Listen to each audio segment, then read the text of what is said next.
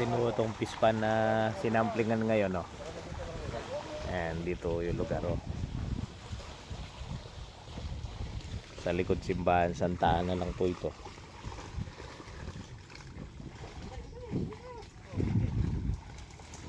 Inong mabante. Sige, angat. Gigilan mong konti. Ay, sige. Oh, angat pa. Sa ibaba. Wala ka doon sa kanya. Ano ba? Sige. Yan. Tuloy mo sa alim mo, wala ka dyan. Hey. Oh, yan. Angat. Yun.